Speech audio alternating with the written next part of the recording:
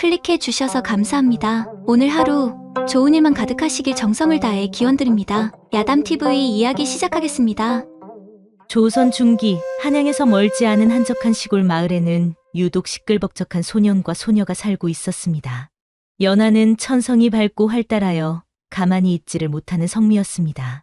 반면 지화는 유순하고 책을 좋아하는 학구적인 아이였지만 연하와 함께라면 그의 조용한 성미도 온데간데 없이 사라지곤 했습니다. 그들은 마치 그림자처럼 항상 붙어 다니며 온 동네를 쑥대밭으로 만들곤 했지요. 한 명은 뼈대 있는 양반 가문의 외동아들인 이도령이었고 다른 한 명은 그 집의 몸종인 연하였습니다. 둘은 비슷한 또래였지만 신분의 차이 따위는 개의치 않는 둘도 없는 친구였습니다. 지환 도련님, 오늘도 서당 땡땡이 치실 거죠? 연하가 눈을 반짝이며 지환을 재촉하면 지환은 손에 서책을 든 채 난감한 표정을 짓곤 했지요. 연아야, 오늘은 정말 안 된다. 나도 이제 조만간 과거 시험도 봐야 하는데 어찌 매번 이리 노는 데만 정신이 팔려 있겠느냐. 에이, 도련님은 맨날 그 소리. 한 번만 더 놀고 공부하시면 훨씬 잘 될걸요? 머리도 식히고 일석이조 아니겠어요? 연하는 지환의 팔을 잡아 끌며 이미 집 밖으로 향하고 있었습니다. 결국 지환은 연하의 억척스러운 성미를 이기지 못하고 끌려나갔고 두 사람은 냇가에서 물장난을 치거나 뒷산에 올라가 온갖 과일을 서리하며 즐거운 한때를 보냈습니다. 특히 연하는 산짐승을 쫓아다니며 돌팔매질하는 것을 좋아했습니다. 정확한 조준과 놀라운 힘으로 돌멩이를 던져 작은 새나 다람쥐를 맞추는 실력은 마을 사람들도 혀를 내두를 정도였습니다. 지환 도련님, 얼른 이리 와봐요. 빨리. 저기 저 감나무에 감이 주렁주렁 열렸는데 우리가 안 따면 까치밥이 될 게 뻔해요. 우리 얼른 따서 먹어요. 연아야, 또 무슨 사고를 치시려고 그러냐? 지난번엔 담벼락에 오르다 담이다 무너져서 아버님께 혼쭐이 났으면서. 걱정 마세요. 이번엔 담벼락에 오를 일도 없어요. 저희 돌팔매 실력이면 충분해요. 연하의 돌팔매질은 마을에서도 알아주는 솜씨였습니다. 어릴 적부터 산에서 뛰어놀며 갈고 닦은 솜씨는 백발백중이었지요. 이도령의 장꾀와 연하의 돌팔매가 합쳐지면 마을 어른들은 뒷목을 잡기 일쑤였습니다. 아이고, 저 망할 놈의 도련님하고 여종. 오늘도 감나무를 습격했네. 저 연하라는 계집아 있는 돌멩이 던지는 솜씨가 영락없이 장군감이요. 장군감! 그렇게 장난기 넘치던 두 아이에게도 세월은 흘러 어엿한 청년과 처녀가 되었습니다. 이도령은 이제 과거 시험을 준비하며 글 공부에 매진하기 시작했고 연하는 더 이상 예전처럼 이도령과 어울릴 수 없었습니다. 도련님은 책상에 파묻혀 지냈고 연하는 덩달아 심심해졌습니다. 에휴, 도련님은 책만 보시고 난 뭐 하고 놀아야 하나? 산에 가서 약초나 캐볼까? 어느 화창한 가을날 연하는 바구니를 들고 산으로 향했습니다. 약초를 캐며 시간을 보내던 연하는 깊은 산속으로 점점 더 들어가게 되었습니다. 그때였습니다. 숲 저편에서 웅장한 말발굽 소리와 함께 많은 사람의 목소리가 들려왔는데 평범한 사냥 행렬이 아닌 듯 엄숙하고 긴장감마저 감도는 분위기였지요. 이쪽은 임금님의 사냥터이니 백성들은 즉시 물러나라. 연하는 자신도 모르게 발걸음을 멈추고 덤불 뒤에 몸을 숨겼습니다. 그녀의 눈앞에는 화려한 복장을 한 무리와 그 가운데 위엄 있는 모습의 젊은 임금이 보였습니다. 임금은 활을 들고 주변을 살피고 있었는데 그때 연하의 눈에 이상한 움직임이 포착되었지요. 숲의 어둠 속에 숨어 임금을 향해 살금살금 다가오는 검은 그림자들이었습니다. 저건 살수들인가? 임금님을 노리는 게 분명해. 순간 연하의 심장은 미친 듯이 뛰기 시작했습니다. 아무것도 모른 채 사냥에 열중하던 임금은 살수들의 존재를 전혀 눈치채지 못하고 있었는데 궁궐 호위 병사들도 살수들의 은밀한 움직임에 아직 반응하지 못하고 있었습니다. 한치의 오차도 없이 움직여라.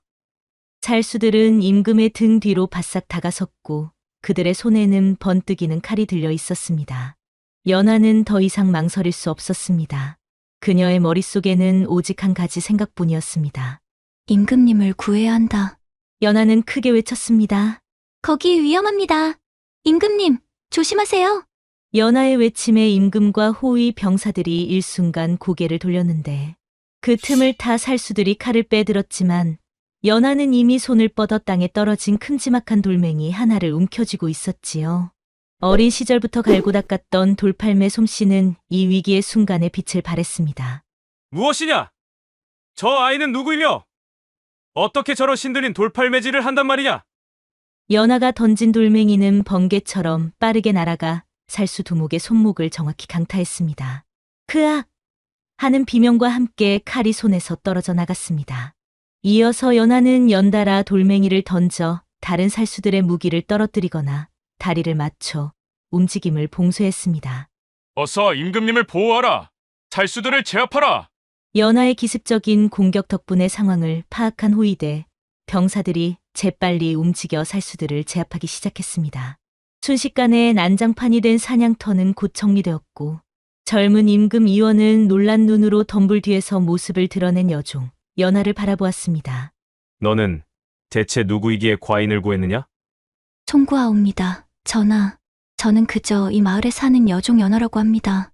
사냥하시는 길에 폐를 끼쳐 죄송합니다.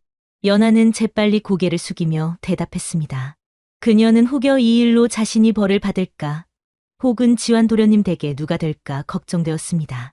임금은 피 묻은 손을 옷자락으로 닦으며 연하를 한참 동안 뚫어지게 바라보았습니다. 어린 여종에게서 범상치 않은 기운을 느꼈던 것이지요. 내 이름이 연화라 하였느냐? 폐를 끼쳤다니 오히려 내 덕분에 목숨을 건졌구나. 너의 재주가 참으로 놀랍다. 내가 던진 그 돌팔매 하나가 과인의 목숨을 구했으니 그 공이 작지 않다. 임금의 목소리에는 놀라움과 함께 깊은 호기심이 담겨 있었습니다. 그러나 연하는 그저 얼떨떨했습니다. 자신의 돌팔매질이 임금의 목숨을 구했다는 사실도 놀라웠지만 이 자리에서 자신 같은 천한 여종이 임금과 직접 대화하고 있다는 사실 자체가 꿈만 같았기 때문입니다. 소인 나부랭이가 어찌 감히 폐하의 목숨을 구했겠사옵니까? 그저 우연히 돌을 던진 것뿐이옵니다. 연하는 극구 부인하며 손사래를 쳤습니다. 임금은 그런 연하의 겸손함에 빙긋 미소를 지었습니다. 그는 살수들에게 다시 시선을 주었습니다. 2명의 살수는 이미 절명했고 나머지 살수들은 금유군에게 제압되어 땅에 엎드려 있었습니다. 임금은 이 모든 상황을 순식간에 정리한 연하의 능력을 다시 한번 상기했습니다. 우연이라. 허면 그 우연 덕분에 과인이 살았으니 그 또한 하늘의 뜻이 아니겠느냐. 임금은 연하를 칭찬하며 김상선에게 명했습니다. 김상선, 저 아이에게 후한상을 내려주고 아무 탈 없이 집으로 돌려보내도록 하라. 허나 오늘 이 일에 대해서는 함구령을 내린다. 만일 오늘 있었던 일이 밖으로 새어나간다면 엄히 벌할 것이다. 예, 폐하, 분부 받들겠습니다. 김상선은 임금의 명에 고개를 깊이 숙였고 임금은 연하에게 짧은 고갯짓으로 인사를 건네고 이내 금유군과 함께 자리를 떠났지요. 연하는 그제야 쿵쾅거리는 가슴을 부여잡고 안도의 한숨을 내쉬고 있었는데 김상선 어른이 연하에게 다가와 비단 주머니 하나를 건네주었지요. 묵직한 것이 꽤 많은 은전이 들어있는 듯했습니다. 이것은 폐하께서 하사하신 상인이 받거라. 그리고 오늘 일은 절대 발설해서는 안 된다. 명심해라. 김상선은 엄숙한 표정으로 연하에게 당부했습니다. 연하는 고개를 끄덕이며 주머니를 품에 넣고 서둘러 산을 내려왔지요. 그녀의 머릿속은 온통 방금 전의 사건으로 복잡했습니다. 자신이 임금을 구했다는 사실도 믿기지 않았고 난생 처음 보는 궁궐의 신하들과 무사들 그리고 위험 있는 임금의 모습이 마치 꿈처럼 느껴졌습니다. 해가 지고 어둠이 깔릴 무렵 연하는 이지환 도련님 댁으로 돌아왔는데 그녀를 기다리던 지환은 연하의 얼굴을 보자마자 안도하며 달려왔습니다. 연아야, 너 어디 갔었느냐? 온종일 찾아다녔는데 보이지 않아 얼마나 걱정했는지 아느냐? 지환은 연하의 손을 잡고 걱정스러운 눈으로 연하를 살폈습니다. 연하는 지환의 따뜻한 눈빛에 안심했지만 오늘 있었던 일을 말할 수 없다는 임금의 명령 때문에 입을 꾹 다물었습니다. 별일 아니에요, 도련님. 그냥 산에 좀 깊이 들어갔다가 길을 헤매서 늦었어요. 연하는 애써 아무렇지 않은 척 말했습니다. 그런데 그날 밤 연하는 좀처럼 잠을 이루지 못했습니다. 눈을 감으면 피를 흘리던 임금의 모습과 자신을 향해 달려들던 살수들의 날카로운 칼날이 생생하게 떠올랐습니다. 그리고 임금의 깊고 강렬한 눈빛이 자꾸만 연하의 마음속에 자리했습니다. 난생 처음 겪어보는 일에 연하의 마음은 두근거렸지만 한편으로는 다시 평범한 여종의 삶으로 돌아왔다는 사실에 안도했지요. 그렇게 며칠이 지나자 연하는 다시 예전처럼 활기찬 모습으로 돌아왔습니다. 지환은 여전히 서당에서 글 공부에 매진하고 있었고 연하는 지환의 심부름을 하거나 마을을 돌아다니며 시간을 보냈습니다. 가끔은 지환이 몰래 서당을 빠져나와 연하와 함께 시간을 보내기도 했지만 과거 시험이 다가올수록 지환은 글 공부에 더욱 집중했습니다. 어느덧 초여름의 싱그러운 바람이 불어오던 어느 날 아침, 이지환 도련님 댁에 뜻밖의 손님이 찾아왔습니다. 번듯한 관복을 차려입은 사내가 몇 명의 군사들과 함께 대문 앞에 당도한 것입니다. 이들을 본 마을 사람들은 웅성거리며 무슨 일이냐며 몰려들었는데 이 도령의 아버지는 당황한 표정으로 대문 밖으로 나섰습니다. 아니, 대감마님, 이 웬일로 저희 같은 미천한 집에 발걸음을 하셨습니까? 무슨 일이시옵니까? 대감이라고 불린 사내는 다름 아닌 임금을 모시던 김상선이었지요. 그는 근엄한 표정으로 이 도령의 아버지를 바라보며 말했습니다. 이 댁에 연화라는 이름의 여종이 있다 들었다. 폐하께서 그 여종을 찾으시니 즉시 궁으로 들라 하셨다. 김상선의 말에 이 도령의 아버지는 물론 옆에서 듣고 있던 이지환 도련님도 눈이 휘둥그레졌습니다. 연하라니요? 저희 집에 연하라는 여종이 있기는 합니다만 어찌하여 폐하께서 그 아이를 찾으신다는 말씀이십니까? 연하가 무슨 큰 잘못이라도 저질렀단 말입니까? 지환은 놀란 표정으로 앞으로 나서며 물었습니다. 그는 연하가 혹여 무슨 일에 휘말린 것은 아닌가 하여 걱정이 앞섰는데 김상선은 이지환의 말을 듣고는 껄껄 웃으며 말했습니다. 허허, 잘못이라니. 오히려 큰 공을 세워 폐하께서 직접 찾으시는 것이다. 자세한 이야기는 궁에 가서 직접 듣게 될 것이다. 어서 연화라는 아이를 데려오너라.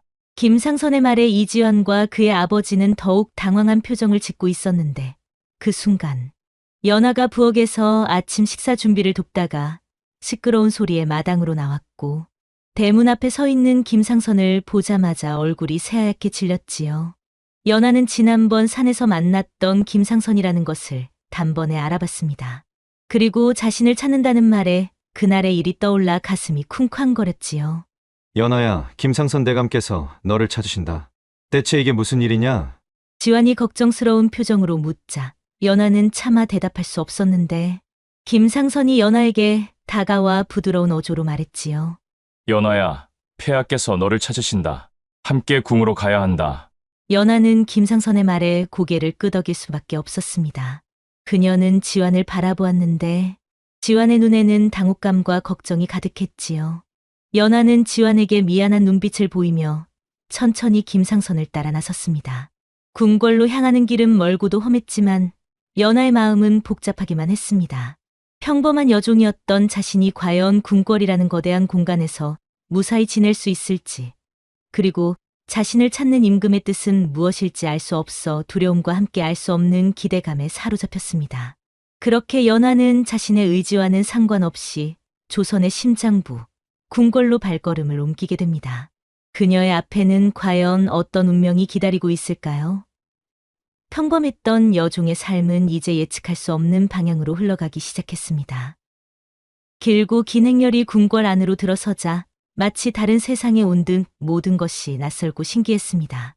엄숙하고 고요한 분위기 속에서 화려한 비단 옷을 입은 궁녀들과 위엄 있는 무관들이 질서정연하게 움직이고 있었고 김상선은 연하를 데리고 임금 이원이 머무는 편전으로 향했습니다. 연하는 심장이 터질 듯이 두근거렸지요. 다시 마주하게 될 임금의 모습과 그가 자신에게 무엇을 명할지 알 수 없었기 때문입니다. 마침내 연하는 편전 안으로 들어섰고 용상에 앉아있는 임금 이원을 마주했습니다. 소인 연하, 폐하께 문안드립니다.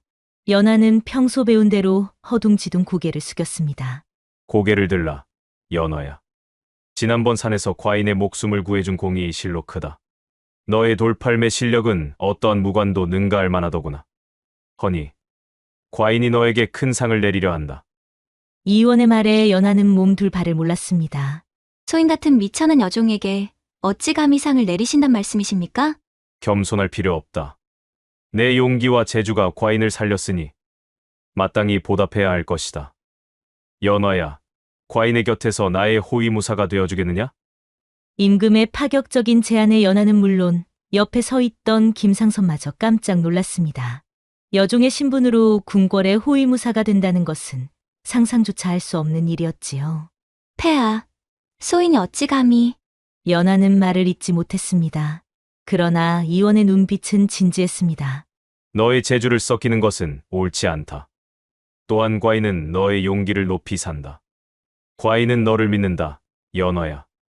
임금의 진심이 담긴 말에 연하의 마음은 점차 움직였습니다. 두려움과 망설임 속에서도 자신을 믿어주는 임금의 모습에 알 수 없는 벅찬 감동이 밀려왔습니다. 소인, 폐하의 명을 받들겠사옵니다. 연하는 마침내 결심한 듯 고개를 깊이 숙였습니다.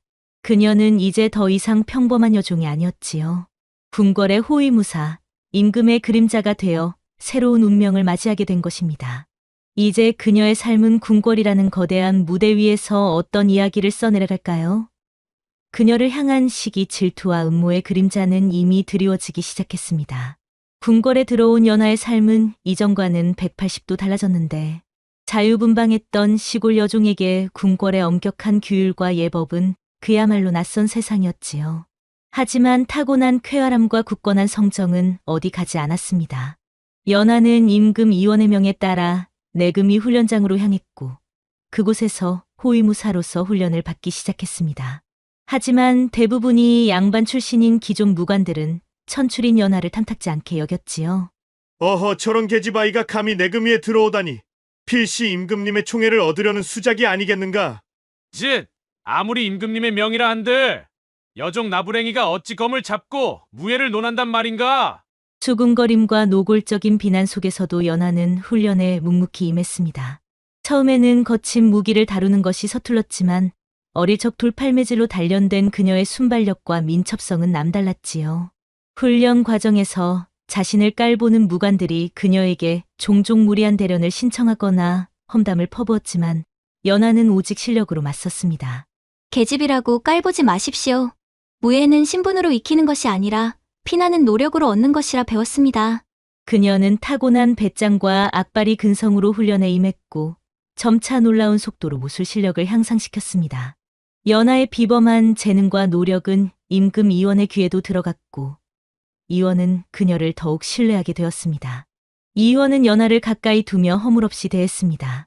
연하 역시 임금 앞에서도 주눅 들지 않고 제 할 말을 다하는 당돌함을 보였습니다. 전하, 너무 오래 앉아 계시니 몸이 다 굳으실 것 같사옵니다. 잠시 소인과 함께 궁궐마당이라도 크게 한 바퀴 도시지요. 김상선 비롯한 대신들은 경악하여 입을 다물지 못했습니다. 감히 임금님께 그리 무례하게 말을 하다니. 그런데 이원은 처음에는 당황한 듯했지만 이내 허웃으며 자리에서 일어서며 말했지요. 하, 연화 내 말도 일리가 있구나. 너무 앉아만 있었더니 몸이 쑤시는 듯하다. 좋다. 함께 거닐자꾸나. 그렇게 이원은 연하와 함께 궁궐 마당을 걷기 시작했는데 연하는 임금의 옆에서 온갖 시시콜콜한 이야기들을 늘어놓으며 쫑알거리고 있었지요. 어린 시절 지환 도련님과 동네 떡매를 치다 떡가루를 뒤집어 쓴 이야기부터 산에 나물 캐러 갔다가 멧돼지를 만나 혼쭐이 났던 이야기까지 그 어떤 격식에도 얽매이지 않는 솔직하고 생생한 연하의 이야기는 이원에게 큰 즐거움을 주었습니다. 전하, 궁궐 음식은 맛이 있기는 하오나 어딘가 모르게 조금 부족한 것 같사옵니다. 소인 어릴 적 어머니께서 끓여주시던 시래기국이 최고였는데 말입니다. 연하의 말에 이원은 걸음을 멈추고 고개를 갸웃거리며 물었지요. 뭐가 조금 부족하다니? 감히 어선방에서 내는 음식을 그리 평가하는 것이냐? 연하는 전혀 주눅 들지 않고 고개를 끄덕이며 씩씩하게 대꾸했지요. 그럼요. 전하, 최고는 최고의 맛을 아는 이가 판단하는 법. 전하의 어선방은 늘 궁중의 법도만 따르니 백성의 진짜 입맛은 모를 것입니다. 소인에게 기회를 주신다면 전하의 입맛을 확 바꾸어 드릴 자신이 있사옵니다. 이원은 연하의 뻔뻔함에 헛웃음을 터뜨렸습니다. 오, 어선방의 부족한 맛을 채워줄 자신이 있다는 말인가? 좋다. 그럼 내게 한번 맡겨보지. 만약 내가 말하는 진짜 백성의 맛이 내 입맛에 맞지 않는다면 그땐 어떤 벌을 받을 각오가 되어 있느냐? 걱정 마시옵소서. 만약 전하께서 맛없다고 하시면 소인 당장 궁궐 담장을 넘어 도망칠 것이옵니다. 허허, 연하의 당돌한 대답에 이원은 배를 잡고 크게 웃었지요. 엄숙한 궁궐에서 이리 솔직하고 재치 있는 대화는 이원에게 신선한 충격이자 삶의 활력이었습니다. 그날 이후 이원은 연하의 자유분방함 속에서 백성의 진정한 삶을 엿볼 수 있었고, 그녀의 거침없는 언행 속에서 늘 긴장 속에 살아가던 자신의 마음이 편안해지는 것을 느꼈는데, 그새 둘 사이에는 신분을 초월한 특별한 교감이 싹트기 시작했지요. 하지만 궁궐에는 어둠의 그림자가 드리워져 있었습니다. 바로 영의정 박태수였습니다. 그는 임금의 군사개혁 정책으로 자신의 권력을 잃을 것을 두려워했고, 이원을 제거할 기회를 호시탐탐 노리고 있었지요. 특히 자신이 보낸 살수들을 막아선 연하의 존재는 박태수에게 눈엣 가시였습니다. 저런 천한 계집아이가 어찌 임금의 총애를 얻어 감히 내금위에 들어왔단 말인가? 필시 뭔가 수상한 계략이 있을 터. 이대로 두었다가는 나의 계획에 방해가 될 것이다. 박태수는 연하를 제거하기 위해 은밀히 사람들을 움직였습니다. 연하의 훈련 도중 그녀를 다치게 하려 하거나 임금을 호위하는 임무에서 중요한 순간에 방해 공작을 펼치기도 했습니다. 어느 날 연하가 밤늦게 궁궐 복도를 지나고 있을 때였습니다. 갑자기 천장에 기와 한 장이 떨어져 그녀의 발밑을 강타했습니다. 연하는 동물적인 감각으로 몸을 피했지만 섬뜩한 느낌을 지울 수 없었습니다. 단순한 사고가 아니야. 그 후에도 그녀의 숙소에 누군가 침입하려 하거나 식사에 독을 타려 하는 등 작은 사건들이 끊이지 않았습니다. 연하는 자신의 비범한 무술과 타고난 기지로 모든 위기를 모면했지만 궁궐 내부에 자신을 노리는 세력이 있다는 것을 직감했습니다. 그녀는 이 모든 배후에 영의정 박태수가 있을 것이라고 짐작했지만 아직 확실한 증거는 없었지요. 한편 멀리 떨어져 있던 지화는 궁궐에 간 연하를 걱정하며 몰래 서신을 보내곤 했습니다. 연하야, 무사한 것이냐? 궁궐 생활은 힘들지 않고 나는 내가 늘 걱정되어 밤잠을 설친다. 내가 없는 이곳은 너무 적막하구나. 부디 몸 조심하고 무탈하기를 바란다. 연하는 지환의 서신을 읽으며 가슴 한구석이 아련해지는 것을 느꼈습니다. 지환에 대한 그리움과 함께 자신의 특별한 운명이 과연 어디로 향할지 알 수 없는 불안감이 교차했습니다. 한편 임금 이원은 연하의 뛰어난 능력과 자신을 향한 굳건한 충성심에 더욱 감탄하며 그녀에게 깊은 신뢰를 하고 있었는데, 그는 연하가 궁궐의 어둠 속에서 빛나는 한 줄기 빛과 같다고 생각했습니다. 하지만 동시에 임금으로서 연하를 언제까지 자신의 곁에 둘 수 있을지, 그녀의 마음속에 자리한 그림자가 누구일지 알 수 없어 미묘한 감정에 휩싸이곤 했었지요. 한편 궁궐의 음모가 점점 깊어지던 어느 날, 영의정 박태수의 수상한 움직임을 포착한 이후 연하는 그의 뒤를 쫓으며 뭔가 심상치 않은 기운을 감지하고 있었는데, 박태수의 서재에서 흘러나오는 미약한 불빛과 낮은 대화 소리를 들었습니다. 대감, 일이 이리 지체되어도 괜찮겠습니까? 이미 계획이 누설될 위험이. 낯선 사내의 목소리가 들렸습니다. 박태수는 싸늘한 표정으로 그를 제지했습니다. 닥쳐라! 조급한 마음은 이를 그르치게 할 뿐이다. 젊은 임금이 군사개혁으로 나의 권력을 꺾으려 드는 이상 이대로 두고 볼 수는 없다. 이미 궁궐 내에는 우리의 사람들이 깊숙이 침투해 있다. 때가 되면 일거의 이원을 끌어내리고 새로운 세상을 만들 것이다. 연하의 심장이 철렁 내려앉았습니다. 영모, 저자가 감히 임금님을 시해하고 나라를 정복하려 드는구나. 연하는 몸을 바싹 웅크리고 그들의 대화를 더 깊이 들었습니다. 그들은 군사 배치도와 비상시 궁궐 탈출 경로, 그리고 거사에 참여할 주요 인물들의 명단까지 은밀히 논의하고 있었습니다. 특히 궁궐의 중요한 길목을 지키는 일부 내금위 병사들까지 박태수에게 매수되었다는 사실에 연하는 충격을 금치 못했습니다. 연하는 최대한 소리 없이 그곳을 빠져나와 임금 이원에게 달려갔습니다. 침전으로 향하는 내내 그녀의 머릿속은 복잡했습니다. 이제껏 박태수를 임금의 군사개혁에 반대하는 충신이라 여겼던 이원이 과연 자신의 말을 믿어줄지 확신이 서지 않았습니다. 전하, 소인 연하, 급히 아를 말씀이 있사옵니다. 연하의 다급한 목소리에 이원은 놀라 침전 문을 열었습니다. 연하는 숨을 헐떡이며 방금 들었던 영모 계획의 전모를 상세히 고했습니다. 이 의원의 얼굴은 점점 굳어졌고 믿을 수 없다는 표정에서 이내 깊은 분노로 바뀌었습니다. 영의정 박태수가 감히 영모를 꾀했다는 말이냐? 이 의원은 연하의 말을 듣고 즉시 충직한 신하들을 소집했습니다. 하지만 이미 박태수는 연하가 자신을 엿보았다는 것을 눈치채고 있었고 연하가 임금에게 보고하는 동안 박태수는 재빨리 움직여 자신의 세력들에게 선수를 치도록 지시했습니다. 이원 임금이 대신들을 불러 모으려 할 때였습니다. 갑자기 궁궐 곳곳에서 비상 나팔이 울리고 무장한 병사들이 혼란스러운 외침과 함께 궁궐 중앙으로 진격해 들어왔습니다. 궁궐은 순식간에 아수라장이 되었는데 박태수에게 매수된 병사들이 정변을 일으킨 것입니다. 전하, 위험합니다. 어서 피하셔야 합니다.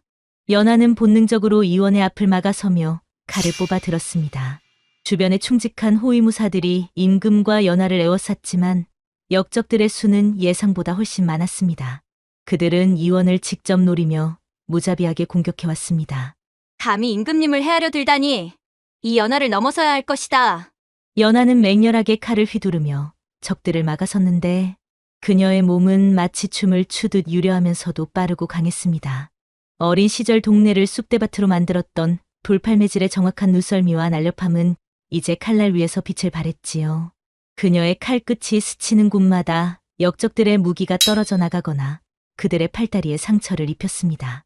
연하는 임금을 보호하며 뒤로 물러섰고 이원 임금 또한 옆에 있던 검을 뽑아 들고 함께 싸웠는데 그는 연하의 예상보다 훨씬 뛰어난 검술 실력을 가지고 있었습지요. 연하야, 괜찮으냐? 이원은 연하의 곁에서 그녀를 보호하며 함께 싸웠습니다. 연하는 임금의 능숙한 검술에 놀라면서도 그의 걱정 어린 목소리에 마음이 뜨거워졌지요. 하지만 역적들의 공격은 쉴 새 없이 이어졌고 그들은 점차 궁궐 깊숙이 이원과 연하를 몰아붙이고 있었습니다. 둘은 어느새 궁궐의 비밀 통로가 있는 후원으로 들어서게 되었습니다. 수많은 칼날과 창이 이들을 향해 쏟아졌고 절체절명의 위기 상황이 계속되었습니다. 연하는 온몸으로 칼날을 막아내며 이원을 비밀 통로 입구로 밀어 넣었는데 그녀의 몸에는 이미 여러 군데 상처가 생기고 피가 흘러내리고 있었지요. 전하, 어서 이리로 피하셔야 합니다. 수인이 이곳을 막겠습니다. 아니 된다, 연하. 너 혼자 이곳에 남길 수는 없다. 이원은 연하의 손을 붙잡고 함께 가려 했지만 연하는 그의 손을 뿌리치며 통로 안으로 그를 밀어넣으며 외쳤지요. 수인의 목숨은 아깝지 않사옵니다. 전하께서 무사하셔야 이 나라가 바로 설 수 있습니다. 연하가 결연한 표정으로 다시 칼을 고쳐 잡고 역적들에게 맞서자 이원은 망연자실한 표정으로 비밀 통로 안에서 연하를 바라보았는데 그의 눈에는 연하에 대한 깊은 신뢰와 함께 그녀를 잃을지도 모른다는 두려움, 그리고 형언할 수 없는 연모의 감정이 뒤섞여 있었지요. 통로 문이 닫히기 직전 그는 연하를 향해 필사적으로 외쳤습니다. 연하야, 무슨 수를 써서라도 살아남아라. 반드시 살아남아 나에게 돌아와야 한다.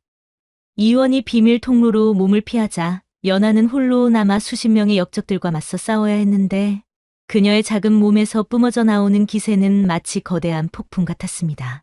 검이 번뜩일 때마다 역적들은 속절없이 쓰러져 갔지만 그들의 수는 끝없이 밀려들었습니다. 연하는 이미 온몸에 피와 흙먼지를 뒤집어 쓴 채 숨이 턱까지 차올라 더 이상 버티기 힘든 극한의 순간이었습니다. 이 계집을 잡아라. 임금을 놓쳤으니 전연이라도 반드시 잡아야 한다. 역적들의 우두머리가 소리치며 연하를 향해 돌진했습니다. 연하는 마지막 남은 힘을 쥐어짜 칼을 휘둘렀지만 그들의 거센 공격에 결국 무릎을 꿇고 말았지요. 칼날이 연하의 목에 닿으려는 찰나 그때였습니다. 감히 대역죄를 범하려 하는가? 어둠 속에서 섬광처럼 나타난 그림자가 순식간에 역적들을 베어넘기기 시작하는 게 아니겠습니까? 그들의 움직임은 연하보다 더욱 빠르고 강했지요. 그때 연하는 흐릿해지는 시야 속에서 그들을 바라보았는데 놀랍게도 그들은 임금 이원의 명을 받고 연하를 궁으로 데려왔던 김상선을 비롯한 궁중 내금위의 충직한 병사들이었습니다. 연하 아가씨, 괜찮으십니까? 김상선 상선은 연하를 부축하며 역적들을 물리쳤습니다. 연하는 안도의 한숨을 내쉬며 겨우 정신을 차릴 수 있었지요. 상선 어르신, 어찌 이곳에? 전하께서 미리 대비하라고 명하셨습니다. 영의정 박태수의 영모는 이미 짐작하고 계셨던 듯합니다. 다만 언제 어떻게 움직일지 알 수 없어 기다리고 있었을 뿐입니다. 그제야 연하는 김상선 상선이 그동안 자신에게 보였던 의미심장한 미소와 행동들을 이해할 수 있었습니다. 임금 이원은 이미 박태수의 반역을 예상하고 있었고 연하를 궁으로 불러들인 것도 단순한 호기심이 아니었던 것입니다. 연하는 김상선, 상선의 도움으로 비밀 통로로 이어진 후원 깊숙한 곳으로 몸을 피할 수 있었습니다. 한편 비밀 통로를 통해 무사히 궁 밖으로 피신했던 이원은 외부의 충직한 군사들을 이끌고 연하를 구하고 역적들을 잡기 위해 다시 궁궐로 진격했지요. 김상선과 연하 그리고 남아있던 충직한 내금위 병사들이 궁궐 내부에서 역적들 싸우는 사이 이원의 군대가 궁궐 문을 부수고 들어섰습니다. 내외에서 협공을 받게 된 박태수 세력은 예상치 못한 반격의 혼란에 빠졌고 결국 영모는 실패로 돌아갔지요. 그리고 날이 밝아오자 궁궐은 다시 평온을 되찾았습니다. 영의정 박태수를 비롯한 역적들은 모두 체포되어 끌려갔고 궁궐은 다시 임금 이원의 권위 아래 놓이게 되었습니다. 그리고 연하는 부상을 입은 채 의관의 치료를 받고 있었지만 온몸이 쑤시고 아픈 것보다 마음속 깊은 곳에서 밀려오는 안도감과 뿌듯함이 더욱 컸습니다. 며칠 후 몸을 회복한 연하는 임금 이원을 아련했는데 침전에 들어서자 이원은 이전과는 다른 깊고 따뜻한 눈빛으로 연하를 바라보며 말했지요. 연화야, 무사하여 정말 다행이다. 너의 용기와 기지가 아니었다면 과인은 물론 이 나라도 큰 위기에 처했을 것이다. 정말 고맙다. 이원은 연하에게 진심으로 감사를 표했습니다. 전하의 지혜로운 판단 덕분입니다. 소인은 그저 제 할 일을 했을 뿐입니다. 겸손해 마라. 너는 내 목숨을 2번이나 구했고 이 나라를 지켜낸 영웅이다. 이제 너에게 정식으로 상을 내리고 싶구나. 그때 이원이 용상에서 내려와 연하의 손을 조심스럽게 잡았는데 그의 손길에서 연하는 단순한 임금과 신하의 관계를 넘어선 묘한 감정을 느꼈지요. 연화야, 이제 너를 여종의 신분으로 둘 수는 없다. 너의 공은 이루 말할 수 없으니 너에게 높은 벼슬을 내리고 싶구나. 그리고 무엇보다 내 곁에 있어 주었으면 한다. 이원의 목소리는 떨리고 있었습니다. 그는 연하를 향한 자신의 감정을 더 이상 숨기지 않았습니다. 내 너를 연모하고 있었다. 너의 용기와 지혜, 그리고 그 따뜻한 마음에 과인의 마음은 이미 오래 전부터 흔들리고 있었다. 부디 이 궁궐에 남아 평생 나의 곁을 지켜주지 않겠느냐? 내가 너를 아끼고 사랑하며 누구보다 귀하게 여길 것이다. 이원의 고백에 연하는 놀라 고개를 들었습니다. 임금의 진심이 담긴 눈빛과 떨리는 목소리에서 그녀는 그의 연모하는 마음을 분명히 느낄 수 있었지요. 하지만 연하의 마음속에는 이미 다른 이가 자리 잡고 있었는데 어린 시절부터 함께 자라며 의지했던 도련님, 지환이었지요. 임금의 고백은 그녀의 마음을 흔들었지만 지환을 향한 오랜 연정은 쉽게 지워지지 않았답니다. 연하는 조용히 눈을 감았다 뜨며 임금을 바라보며 천천히 말했지요. 전하, 소인의 마음을 헤아려 주시옵소서. 소인은 첫사랑 도련님을 연모하고 있사옵니다.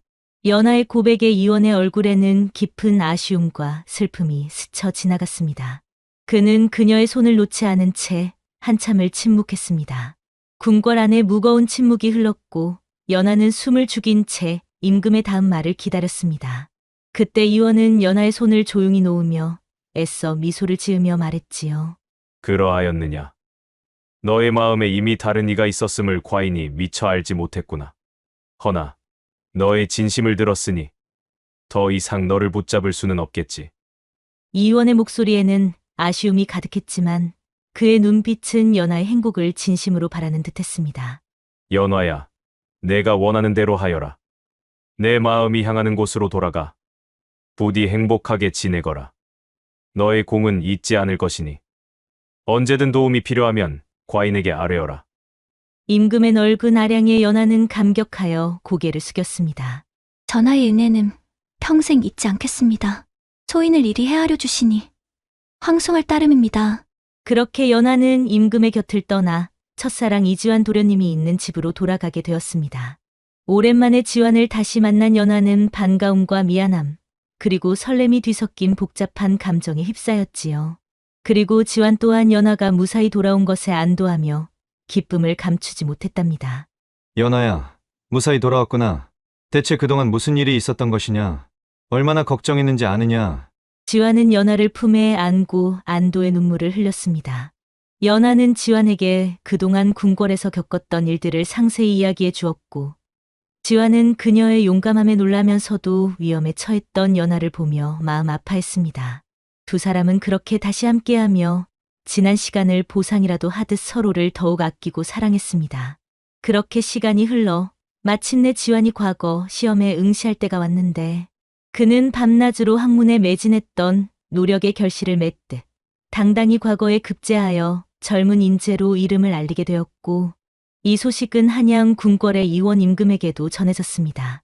이원은 지환의 이름을 듣고 연하가 사랑하는 이가 바로 이지환임을 알게 되었는데, 그는 잠시 상념에 잠겼지만 이내 결심한 듯 김상선을 불렀습니다. 김상선 이지환이라는 새내기 급제자가 있다 들었다.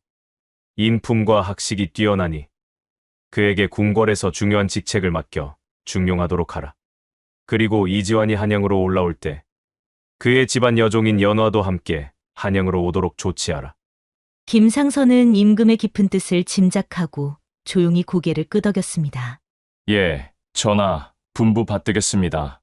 그리하여 지환은 한양으로 올라와 궁궐에서 관직 생활을 시작하게 되었고, 연하 또한 지환을 따라 한양에 머물게 되었습니다. 연하는 궁궐에 다시 들어가지 않고 지환의 집에서 평범한 여종으로서의 삶을 이어갔고, 임금 이원은 비록 연하를 연모했지만 그녀의 행복을 위해 그녀의 사랑을 존중했습니다. 하지만 그녀를 완전히 잊을 수는 없었습니다. 그는 연하를 옆에 두고 평생을 볼 수 있는 가장 현명한 방법을 택했습니다. 바로 연하가 사랑하는 지환을 곁에 두는 것이었지요. 이원은 종종 지환을 불러 정무를 논하고 때로는 사석에서 편안하게 담소를 나누었습니다. 그리고 그 자리에는 연하 또한 함께하는 경우가 많았습니다.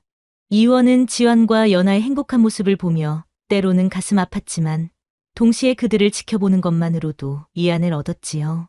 임금과 연하 사이에는 과거의 복잡한 감정들이 사라지고 이제는 깊은 신뢰와 존중이 깃든 우정이 자리 잡고 있었지요. 그러던 어느 날 이원 임금이 지환과 함께 정원 곳곳을 거닐며 대화를 나누고 있을 때였습니다. 연하는 그들의 뒤를 따르며 시중을 들고 있었는데, 이원이 지환에게 너무 과한 업무를 지시하는 것을 듣고는 더 이상 참지 못하고 또 울컥하고 말았지요.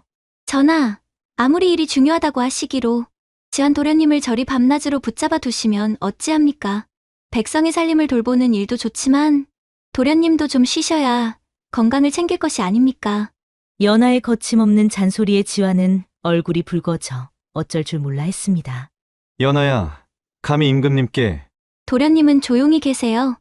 전하께서 도련님을 너무 혹사시키는 것 같아 소인이 가만히 있을 수 없어서 그러는 것 아닙니까?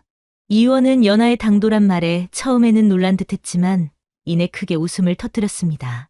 난처해하는 지환과 거리낌 없이 자신에게 잔소리하는 연하를 보며 그는 흐뭇한 미소를 지으며 말했지요. 하하, 연화 내 말이 맞구나. 과인이 지환에게 너무 많은 짐을 지운 듯하구나. 미안하다, 지환. 내 여종이 너를 이리 극진히 생각하니 잠시 연화의 말에 따르도록 하마. 이원의 말에 지환은 어색하게 웃었고 연하는 승리감에 찬 표정을 지었습니다. 이제는 임금에게조차 거리낌 없이 자신의 생각을 말하는 연하와 그런 연하에게 혼이 나면서도 행복한 웃음을 짓는 지환. 그리고 그 모든 것을 흐뭇하게 바라보며 세 사람의 유대를 확인하는 이원의 모습은 궁궐 안팎의 소소한 일상 풍경이 되었습니다. 세 사람은 그렇게 각자의 자리에서 빛나는 삶을 살아가며 조선의 역사 속의 신분과 사랑, 우정을 넘나든 특별한 인연으로 기록되었지요. 임금 이원은 백성을 아끼는 성군으로 이름을 떨쳤고 이지환은 능력 있는 신하로 임금을 보필했습니다. 그리고 연하는 두 사람의 곁에서 여전히 활달하고 의로운 존재로 살아가며 때로는 쓴소리를, 때로는 따뜻한 위로를 전하는 든든한 벗이 되었지요. 관포지교라 했습니다. 이 이야기는 신분의 높고 낮음에 상관없이 사람의 진정한 가치는 용기와 지혜, 그리고 타인을 헤아리는 마음에 있음을 보여줍니다. 또한 진정한 리더십은 자신의 마음을 얻기보다 백성의 행복을 우선시하고 사랑하는 이의 행복을 위해 기꺼이 희생하는 아량에서 비롯된다는 것을 일깨워줍니다. 신분과 개인적인 감정을 넘어선 깊은 신뢰와 이해는 어떤 관계에서든 가장 소중한 가치임을 말해줍니다. 고우신 시청자 여러분, 여러분이 만약 연하라면 연하처럼 자신의 마음이 이끄는 대로 용기 있는 선택을 하셨을까요? 아니면 임금님처럼 사랑하는 사람의 행복을 위해 기꺼이 놓아줄 수 있으셨을까요? 댓글로 여러분의 생각을 남겨주세요. 오늘도 야담TV를 시청해주셔서 감사합니다. 앞으로도 이런 따뜻한 이야기로 여러분을 찾아뵙도록 하겠습니다. 구독과 좋아요, 알림은 새로운 이야기를 만드는 큰 힘이 된답니다. 그리고 뒤에 뜨는 다음 이야기도 놓치지 마세요. 여러분의 하루가 행복하시길 정성을 다해 기원합니다.